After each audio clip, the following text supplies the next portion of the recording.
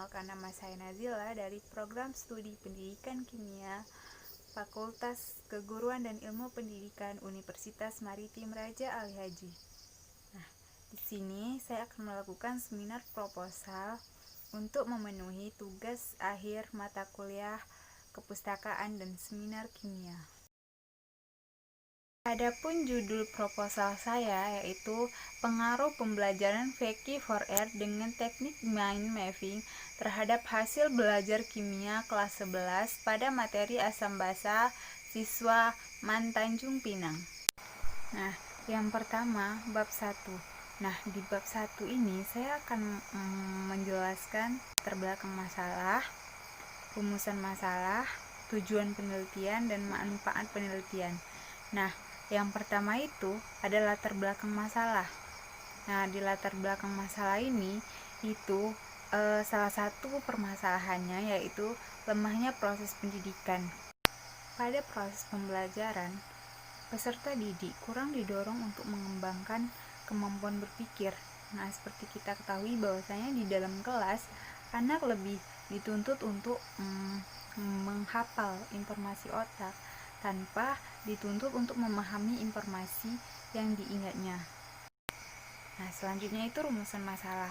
Nah, dari latar belakang dapat kita ambil rumusan masalahnya. Apakah dengan pembelajaran VK4R dengan teknik mind mapping itu bisa meningkatkan hasil belajar siswa kelas 11 pada materi asam basa? Jawabannya adalah untuk mengetahui adanya pengaruh pembelajaran VK4R dengan teknik mind mapping terhadap hasil belajar siswa kelas 11 pada materi asam basa. Manfaat penelitian. Nah, saya sebagai peneliti menginginkan manfaat dari penelitian ini yaitu yang pertama itu manfaat teoritis. Nah, hasil penelitian ini menjadi acuan dalam menelaah pengetahuan tentang pembelajaran VK4R dengan teknik mind mapping terhadap hasil belajar siswa pada materi asam basa. Selanjutnya, yaitu ada manfaat praktis. Nah, di manfaat praktis ini itu ada bagi guru. Nah, bagi guru yaitu dapat menambah pengetahuan atau strategi dalam mengajar. Nah, selanjutnya bagi siswa meningkatkan peran aktif siswa dalam proses belajar mengajar dan meningkatkan hasil belajar siswa. Nah, bagi peneliti. Nah, untuk peneliti sendiri itu dapat menambahkan pengalaman variasi strategi pembelajaran yang baru gitu, sehingga dapat meningkatkan perbaikan penggunaan pembelajaran di kelas gitu, sehingga dapat meminimalkan masalah-masalah yang terjadi di dalam kelas ketika mengajar. Selanjutnya bagi sekolah. Nah, bagi sekolah sendiri itu dapat memberikan sumbangan baik dalam perbaikan proses pembelajaran sehingga dapat meningkatkan prestasi belajar siswa dan profesionalisme guru. Nah, selanjutnya bab 2. Nah, di bab 2 ini tinjauan pustaka itu memiliki beberapa poin, yaitu yang pertama itu landasan teori, yang kedua penelitian relevan, yang ketiga kerangka berpikir, dan yang keempat itu hipotesis penelitian.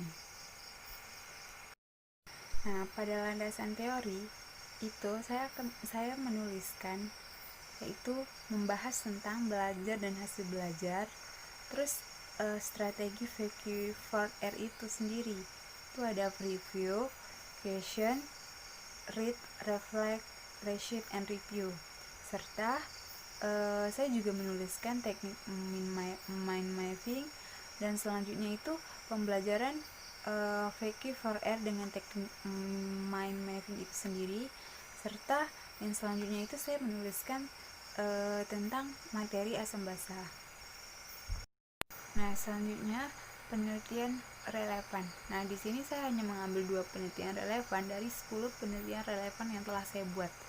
Nah, yang pertama itu Dari hasil penelitian tesis yang dilakukan oleh Putri Arum yang berjudul Peningkatan Keterampilan Mengungkapkan Isi Teks Profil Tokoh dengan Metode VK4R dan Teknik Menggarisbawahi Ide-ide Kunci pada siswa kelas 7C SMP Negeri 7 Pati menunjukkan adanya peningkatan sebesar 56,35% dari siklus 1 ke siklus 2.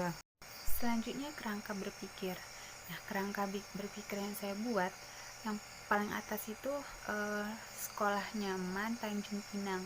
Terus permasalahannya hasil belajar kurang maksimal. Nah, karena hasil belajar kurang maksimal sehingga dibagi dua antara kelas kontrol dan kelas eksperimen. Nah, di kelas kontrol itu digunakan diberikan pretest. Nah, di kelas eksperimen juga diberikan pretest.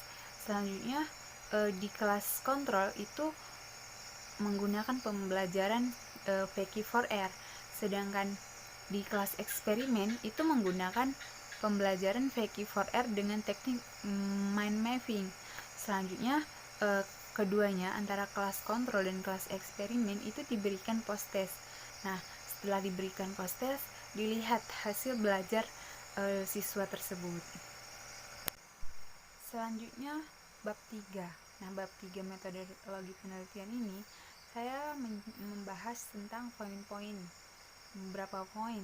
Yang pertama itu jenis penelitian, desain penelitian, tempat dan waktu penelitian, populasi dan sampel, variabel penelitian, teknik pengumpulan data, instrumen penelitian, dan teknik analisa data.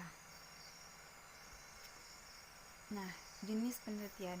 Nah, jenis penelitian yang saya gunakan yaitu penelitian kuasi eksperimen, di mana dibagi menjadi kelas kontrol dan kelas eksperimen. Nah, di kelas eksperimen itu menggunakan pembelajaran VK4R dengan teknik mind mapping. Sedangkan di kelas kontrol itu menggunakan pembelajaran VK4R saja. Selanjutnya desain penelitian. Nah, desain penelitian kuasi eksperimen yang saya gunakan yaitu pretest dan post-test. Tempat dan waktu penelitian. Nah, penelitian ini dilaksanakan di Tanjung Pinang pada semester genap tahun pelajaran 2019-2020 pada bulan Maret 2020. Nah, populasinya yaitu seluruh siswa kelas 11 Tanjung Pinang, dan sampelnya adalah itu kelas 11 1 dan kelas 11 2. Selanjutnya ada variabel penelitian. Nah, itu ada variabel bebas, terikat, dan kontrol. Nah, yang pertama itu variabel bebas. Variabel bebasnya pembelajaran VK4R dengan teknik mind mapping. Sedangkan variabel terikatnya itu hasil belajar siswa. Nah, untuk variabel kontrolnya yaitu kurikulum, guru, materi, dan jumlah jam pelajaran yang sama. Selanjutnya teknik pengumpulan data. Nah, di teknik pengumpulan data itu ada observasi, dokumentasi, tes, dan angket. Nah, pada observasi melakukan pengamatan selama pembelajaran itu berlangsung. Nah, selanjutnya itu dokumentasi. Nah, dokumentasi itu digunakan untuk memperkuat data yang diperoleh. Nah, selanjutnya itu tes, yaitu pretest dan post-test. Selanjutnya angket. Angket itu digunakan untuk mengetahui bagaimana pendapat siswa terhadap pembelajaran VK4R dengan teknik mind mapping. Nah, instrumen penelitian. Nah, instrumen penelitian itu dalam bentuk materi dan bentuk instrumennya. Terus ada lembar observasi kegiatan pembelajaran. Teknik analisis data itu 3 tahap. Yang pertama itu tahap penelitian. Terus tahap kedua yaitu uji coba instrumen, dan yang tahap ketiga yaitu uji prasyarat analisis. Nah, mungkin itu saja yang dapat saya sampaikan.